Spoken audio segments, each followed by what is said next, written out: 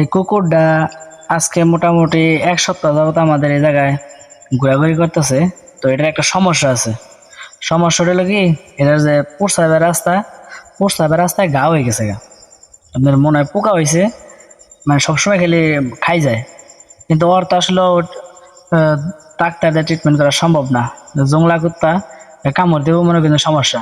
তো আমি কি করলাম, কিছু পরিমাণ হলুদ নিছি, কইছি যদি ওই জায়গার আমাদের হলুদটা দিয়ে দিতে পারি তাহলে আর কি সমস্যাটা অত হবো না, আস্তে আস্তে ভালো হয়ে যাবো, শুকায় যাওয়ার সম্ভাবনা থাকবো, এই পোকাগুলা মরে যাবো।